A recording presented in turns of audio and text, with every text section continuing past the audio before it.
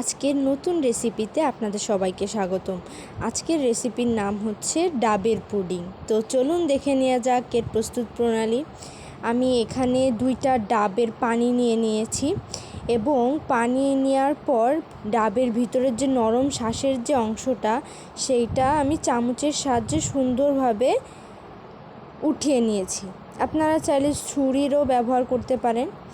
এবার সেই নরম শাঁসটাকে সুন্দরভাবে কেটে নিতে হবে। আপনারা এখানে চাইলে বিভিন্ন ডিজাইন করেও কেটে নিতে পারেন, যেমন কুকি কাটার দিয়েও কেটে নিতে পারেন।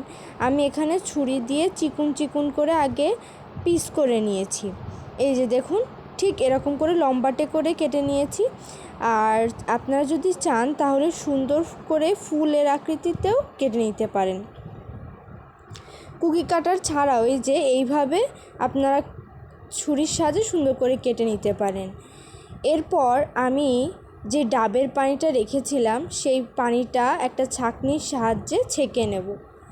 ডাবের বিভিন্ন খোসা টোসা থেকে যেতে পারে, যেটা না যায় সেদিকে আমাদের খেয়াল রাখতে হবে। তো ডাবের পানিটা ছেঁকে নেওয়া হয়ে গেলে এবার আমরা এই যে আগার আগার পাউডার দেখতে পাচ্ছেন, 1 টেবিল চামচ পরিমাণ আগার আগার পাউডার এখানে মিশিয়ে দেব।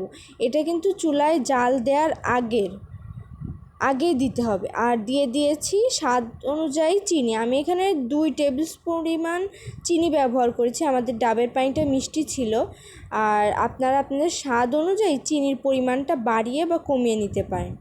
এবার চিনি আর আগার আগার পাউডারটা ভালো করে মিশে গেলে এবার আমরা চুলায় এটা বসিয়ে দেব।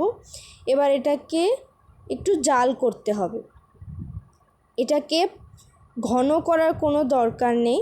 এখানে 2 বার বলক চলে আসলেই নামিয়ে নিলেই হয়ে যাবে। এটা ঘন হবে না, এরকম পাতলাই থাকবে। আমি বলক ওঠার পর 2 মিনিট জাল করে নামিয়ে নিয়েছি। এবার একটা মোল্ড নিয়ে নিয়েছি।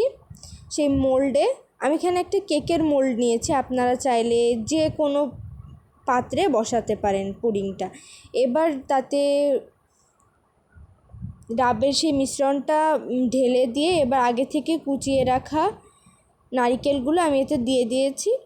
দেখুন কত সুন্দর লাগছে। তারপর ঠান্ডা করে নিলেই হয়ে যাবে আমাদের ডাবের পুডিং। 5 থেকে 10 মিনিটের মধ্যেই এটি হয়ে যাবে। সেট হয়ে যাওয়ার পর ঠান্ডা ঠান্ডা পরিবেশন করুন এই ডাবের পুডিং।